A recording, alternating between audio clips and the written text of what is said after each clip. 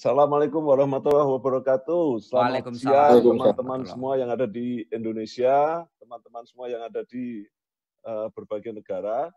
Terima kasih atas kesempatan yang diberikan kepada saya. Namun demikian izinkan saya untuk menyempatkan diri menyapa Ibu Retno Marsudi, Menteri Luar Negeri, dan Bapak Ganjar, Gubernur Jawa Tengah, yang telah menyampaikan pesan ataupun message sebagai keynote speaker. Sangat menarik apa yang telah dipaparkan oleh kedua keynote speaker kita dalam berbagai perspektif, termasuk yang baik dalam perspektif internasional dan perspektif yang sangat di lapangan gitu ya istilahnya. Saya juga ingin berterima kasih atau mengucapkan selamat juga kepada Bapak Ari Dwi Payana, Sekjen Kagama, dan juga teman-teman lain yang mengorganisasi acara ini. Baiklah, untuk menyingkat waktu karena memang kita waktu sangat terbatas, izinkan saya menyampaikan apa yang ingin saya share kepada teman-teman. Sebenarnya datanya secara luas bisa didapatkan di berbagai sumber. Namun demikian, izinkan saya pada kesempatan ini untuk juga share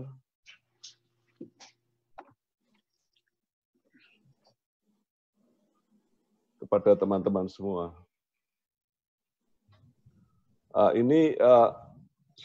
Izinkan saya menggunakan apa yang sudah saya tangkap ya dari apa suasana di Vietnam ini. Jadi di Indonesia term ini sudah digunakan, kalau nggak salah ingat itu digunakan oleh Pak Yusuf Kala. Jadi betul ini sebenarnya sudah kita memasuki perang semesta ya.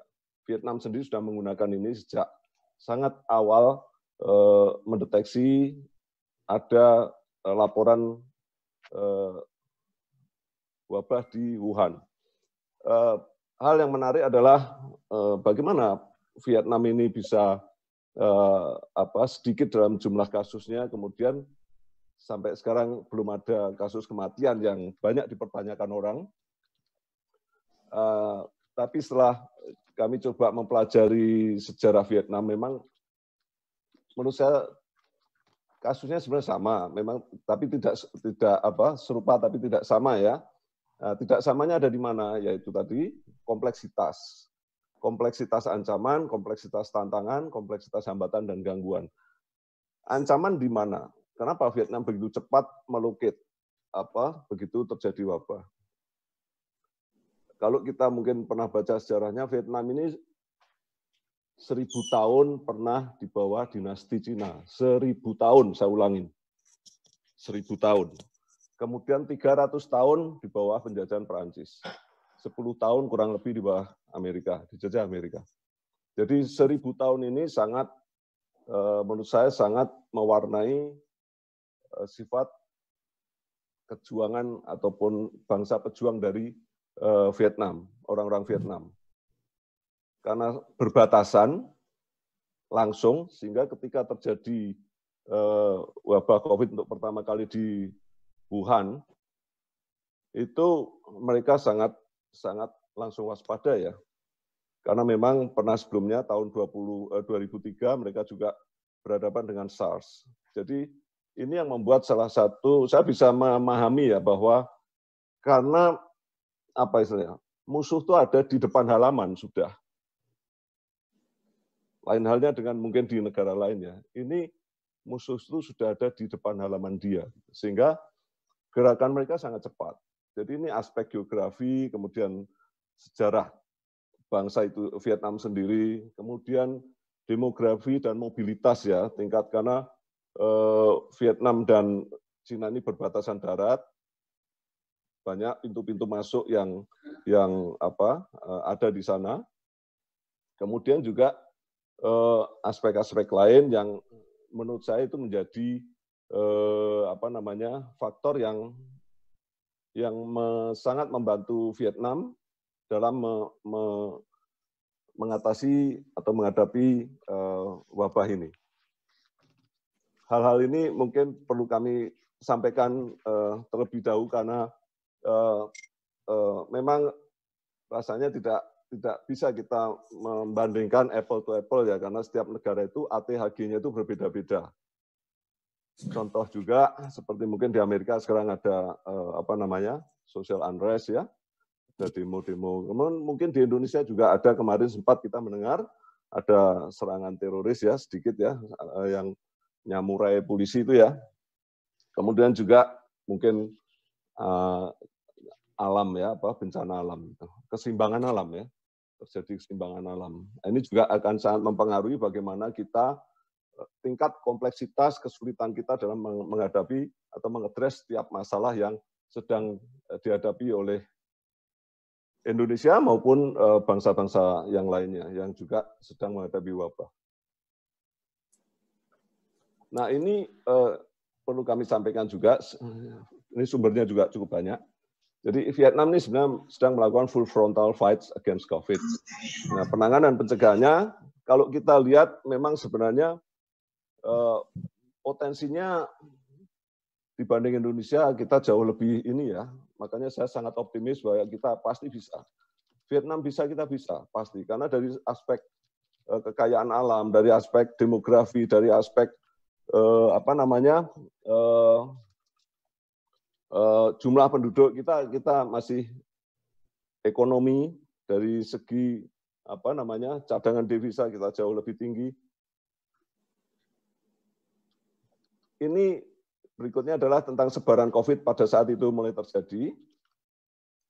Memang pada waktu terjadi ada suspek sekitar 30.000 sekian ya, banyak. Tapi kemudian itu mengerucut setelah mereka lakukan langkah-langkah pengamanan. Dan salah satu keunggulan mereka ini memang adalah kecepatan dalam mobilitas ya, mobilitas secara masif. Nah, ini mohon maaf saya agak cepat aja, nanti kita supaya bisa hemat waktu untuk sesi tanya jawab. Ini statistik yang kita dapatkan dari portal pemerintah Vietnam dan juga sumber dari WHO. Jadi memang jumlah yang sampai sekarang itu per tanggal 4 Juni kemarin 328, masih zero kematian, dan yang recover sudah mencapai 302. Alhamdulillah sampai hari ini tidak ada warga negara Indonesia yang positif atau terkena ini wabah. Dan ini menjadi menarik ketika kok bisa ya, ini saya yakin menjadi pertanyaan banyak orang. COVID itu masuk Vietnam tanggal 23 Januari. Vietnam kondisinya dari sumber yang kami kumpulkan, dia hanya punya 80.000 dokter. Ada kurang lebih 125 perawat. Kalau kita lihat, kalau kami lihat di sini fasilitas rumah sakit di sini umumnya sangat sederhana. Bisa dibilang malah orang menyebut peralatannya udah kuno sebenarnya, banyak yang kuno. Kemudian umumnya rumah sakit penuh di sini, penuh sesak gitu ya, kayak di kita mungkin rumah sakit seperti di Fatmawati begitu ya, RSCM. Mohon maaf Pak, menyala bisa tolong di full screen nggak Pak?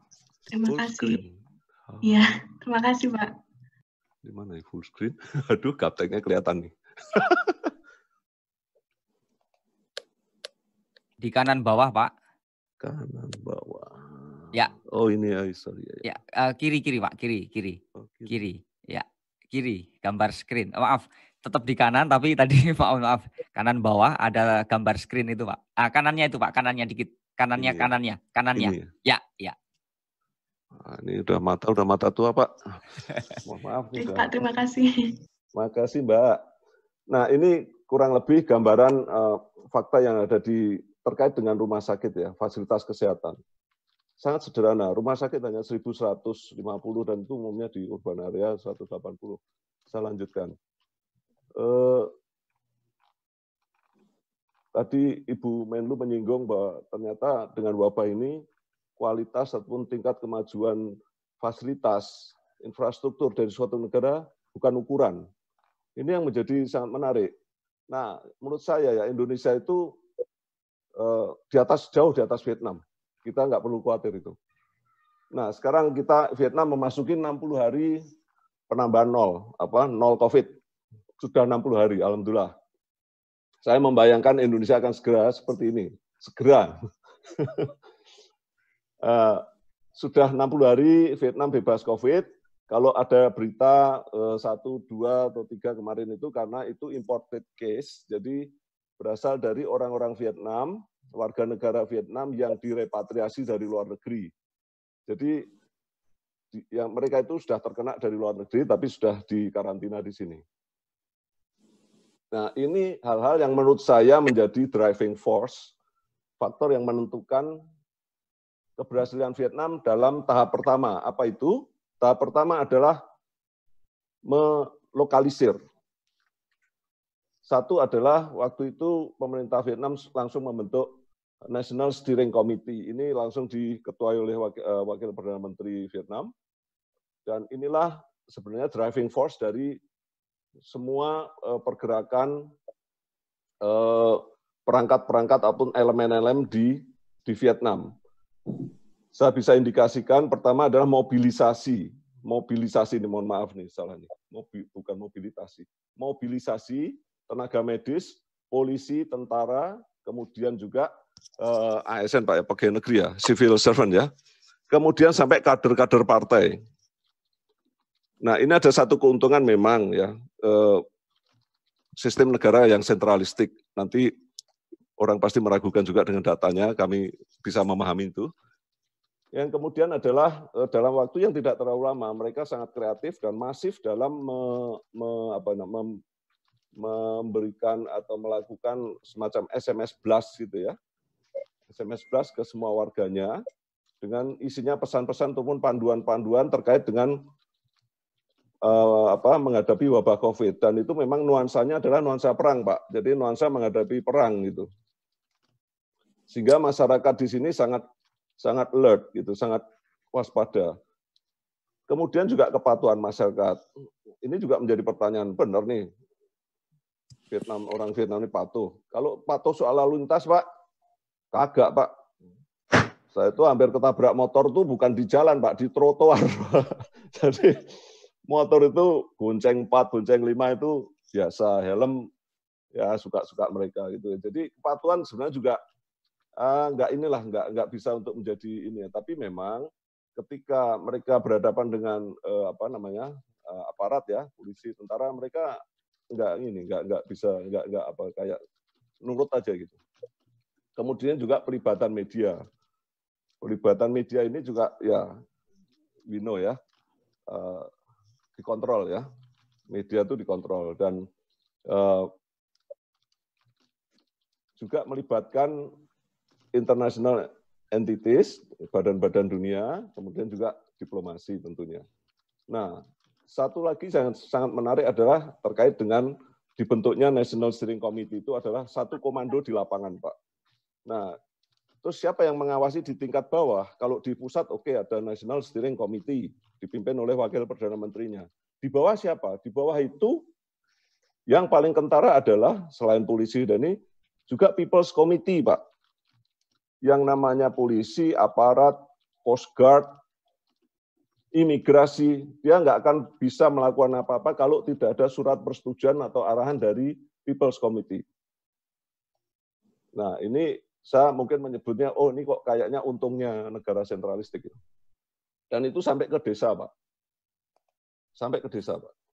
Jadi ketika saya misal kemarin membantu teman-teman pemulangan ABK, Pak ya, anak buah kapal itu, kalau dari ya namanya ini Pak ya, kita ke imigrasi nggak mempan Pak, untuk minta visa untuk mereka nggak mempan Pak. Jadi kita harus ke People's Committee dulu, kita harus minta persetujuan mereka itu.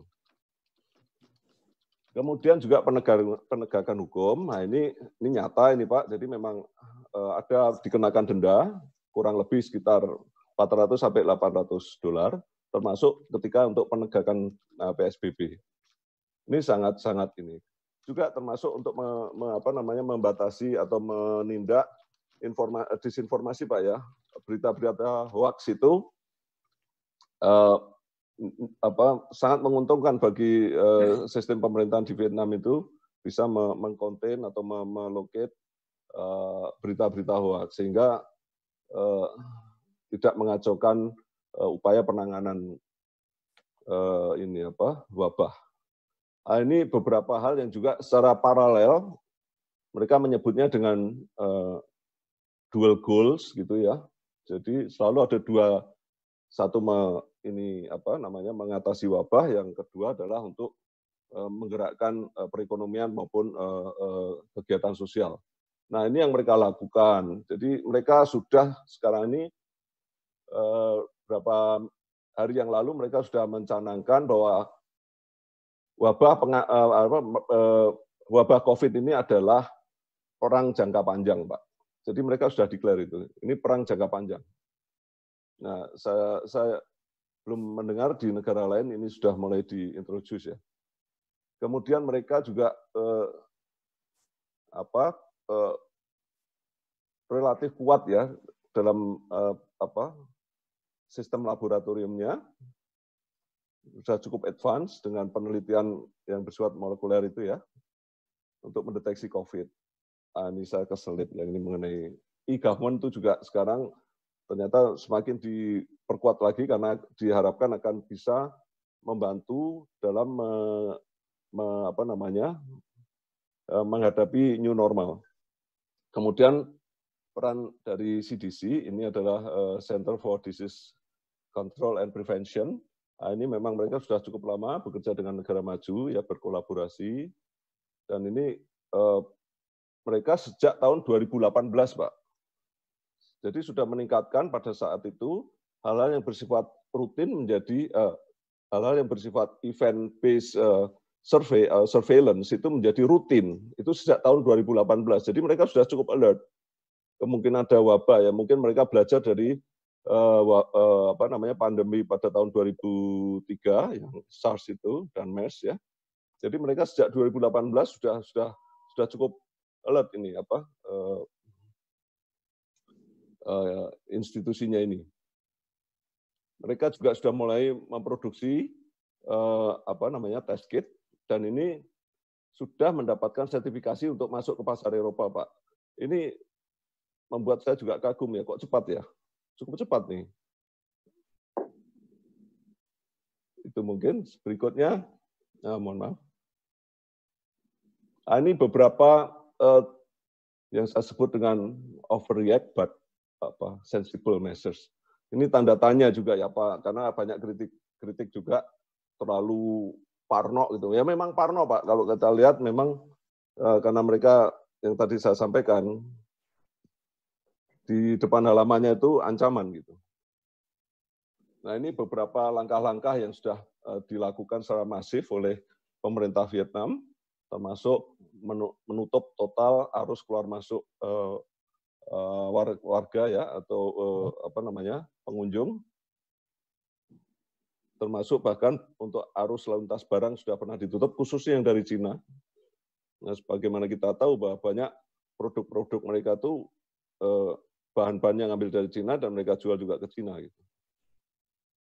Nah, ini mungkin nanti bisa bisa dibaca secara khusus langkah-langkah yang sudah dilakukan. Ini stimulus yang juga sudah dilakukan oleh Vietnam, banyak nih Pak, di sektor ekonomi, memberikan tunjangan-tunjangan, kemudian insentif, termasuk relaksasi pajak dan lain sebagainya. Termasuk juga untuk safety, untuk social safety. Ini satu hal yang menarik yang saya kurang tahu apakah di Indonesia sudah memiliki ini, adalah pemerintah Vietnam itu memberikan semacam pinjaman bagi warga negara Vietnam yang sudah memiliki kontrak kerja untuk bekerja di negara lain, khususnya di Eropa. Jadi itu kan harus ada semacam deposit, Pak. Itu juga sudah disiapkan oleh pemerintah Vietnam. Jadi untuk menjadi TKA, Pak ya, untuk kita menjadi TKI, PMI, Pak ya, pekerja migran Indonesia yang sudah pegang kontrak, untuk deposit social security-nya sudah bisa dipinjam, diberi pinjaman. Untuk tourism, automatic visa extension untuk mereka yang stranded di sini sudah diberikan juga. Kemudian mungkin Bapak, teman-teman semua sudah mendengar, Vietnam akan membuka satu pulau destinasi wisata yang kalau di Indonesia mungkin Balinya gitu kali ya. Dan ini menurut saya mungkin masih perlu waktu kali ya, karena mungkin karena belum ada penerbangan langsung internasional yang dibuka, kecuali ke Korea, tapi konteksnya belum terlalu frekuent ya. Kemudian juga kemarin kami mendengar akan diberlakukan e-visa untuk 80 negara. Ini yang agak mengejutkan, Indonesia kok nggak ada ya di 80 negara ini. Sementara saya pikir tadinya selected country aja, yang mungkin negara yang sudah bisa mengatasi COVID. Tadi ternyata di situ ada India yang tadi sudah disebutkan oleh Ibu Menlu, jumlahnya kasusnya masih tinggi sekali. Nah, sekarang upaya ini kelihatannya Vietnam ini apa lebih bisa fokus, dipercepat, Bapak? Baik, lebih fokus pada untuk ini Pak, memperkuat pasar domestik aja Pak. Jadi menggunakan pasar pangsa sendiri ya Pak ya, pasar domestik aja. Jadi memperkuat supaya warung-warung buka, tapi konsumennya juga kita juga gitu. Itu mungkin ini mungkin nggak perlu, tapi ini ada satu peningkatan ekspor luar biasa justru periode wabah Pak, Januari-Mei, ekspor ke Amerika justru naik luar biasa. Ini saya juga masih kami jajaki. Tapi intinya gini Pak, kesimpulannya ini kita bisa Pak, Indonesia bisa Pak. Jadi menyinggung apa yang sudah disampaikan oleh pembicara sebelumnya. Intinya saya ingin menyarankan Pak, semua itu penguatan dan melanjutkan Pak. Jadi yang belum sempurna, sempurnakan lagi. Yang dirasa belum kuat kita kuatkan, termasuk dalam mobilisasi sumber daya kita, kemudian juga termasuk penguatan kerjasama gotong royong, semangat berbagi sesama anak bangsa senasib, dan penguatan kesadaran dan kepatuhan diri keluarga dan lingkungan. Itu yang saya perhatikan, itu yang perlu kita segera wujudkan Pak. Mungkin demikian dari kami, dan jangan lupa mungkin udah ya. Mungkin itu Pak, sedikit paparan dari kami. Terima kasih atas waktu dan kesempatan yang diberikan kepada saya. Wassalamualaikum warahmatullahi wabarakatuh.